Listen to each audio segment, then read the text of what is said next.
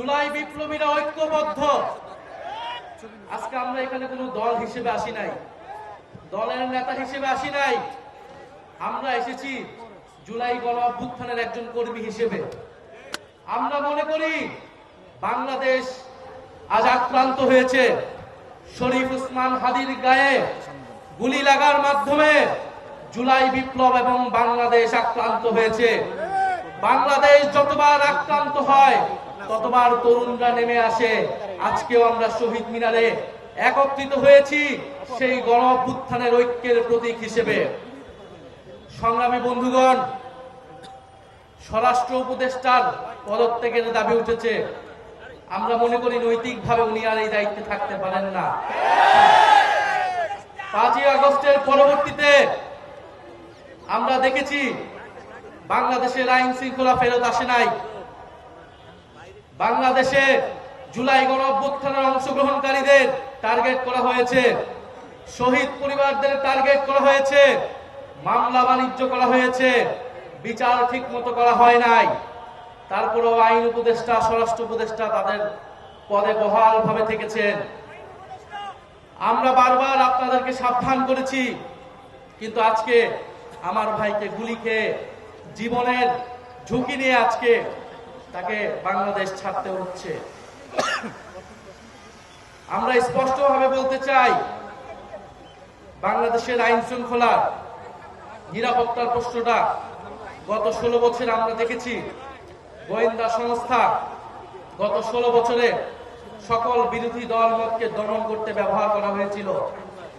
এত অভিজ্ঞ আমাদের গোয়েন্দা সংস্থা, তারা গুম খুন সবকিছু দক্ষতার সাথে করতে পেরেছিল, কিন্তু 5ই আগস্টের পরে তাদের দক্ষতা কোথায় যেন চলে গিয়েছে। তারা এখন আর কাউকে গ্রেফতার করতে পারে না। তারা খুনিকে বাংলাদেশের বর্ডার থেকে পার হতে দিতে পারে। তারা 72 ঘন্টা পার হলেও কোন খুনিকে গ্রেফতার করতে সক্ষম হয় না।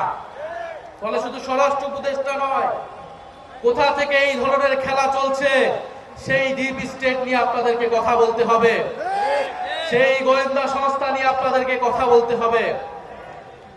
প্রিয় বন্ধুগণ, আগামীকাল বিজয় দিবস 16ই ডিসেম্বর। এই বিজয়ের প্রাক্কালে বাংলাদেশের 54 বছরের ইতিহাস আমাদেরকে পর্যালোচনা করতে হয়। 1971 সালের 16ই ডিসেম্বর থেকেই যেমন আমরা বিজয় পেয়েছি, তেমন আমাদের প্রতিরোধের যাত্রাও শুরু হয়েছিল। সেই প্রতিরোধ ছিল ভারতীয় আগ্রাসনের বিরুদ্ধে প্রতিরোধ। 1971 সালের 16ই ডিসেম্বর থেকে সেই প্রতিরোধ শুরু হয়েছিল। আজকে পর্যন্ত সেই প্রতিরোধ যাত্রা আমাদেরকে অব্যাহত রাখতে হচ্ছে। ফলে বাংলাদেশের মানুষকে আমাদের আহ্বান থাকবে, আগামীকাল আমরা উৎসব করতে রাস্তায় নামবো না। আগামীকাল আমরা প্রতিরোধের যাত্রা বাংলাদেশের রাস্তায় রাস্তায় পালন করব। এই ঢাকা শহরে আমরা প্রতিরোধের র্যালি করব। আমরা ভারতীয় আধিপত্যবাদের বিরুদ্ধে, বাংলাদেশ বিরোধী সকল ষড়যন্ত্রের বিরুদ্ধে আগামীকাল বিজয় দিবসে আমরা 16ই ডিসেম্বর ঐক্যবদ্ধ হব। প্রিয় সংগ্রামী বন্ধুগণ, ভারত যদি মনে করে বাংলাদেশকে 5ই আগস্টের পরেও আগের মতোই তারা রাজনৈতিকভাবে হস্তক্ষেপ করবে, নির্বাচনে কারসাজি করবে, ভারতের সেই ভাবনা ভুল। ভারতের সেই ভাবনা ভুল প্রমাণ করব আপনারা আমরা সকলে মিলে। ভারতের স্বাধীনতা, সার্বভৌমত্ব, অখণ্ডতা বাংলাদেশের উপর নির্ভরশীল। ফলে ভারতকেও সাবধান থাকতে হবে। বাংলাদেশের সাথে সম্মান নিয়ে, মর্যাদা নিয়ে সম্পর্ক রাখতে হবে। আমি কথা বাড়াবো না। আজকে আমরা ঐক্যবদ্ধ হয়েছি শরীফ ওসমান হাদি ভাইয়ের যে গুলির বিচারের দাবিতে, এবং তার উপরে হামলা কোনো বিচ্ছিন্ন ঘটনা নয়। যে ইলেকশন কমিশন এই কথা বলে, সেই ইলেকশন কমিশনার দায়িত্বে থাকার কোন নৈতিক অধিকার থাকে না। তার অধীনে কোন সুষ্ঠু নির্বাচন হওয়া সম্ভব কিনা এই প্রশ্ন আমরা গত 6 মাস ধরে করে যাচ্ছি।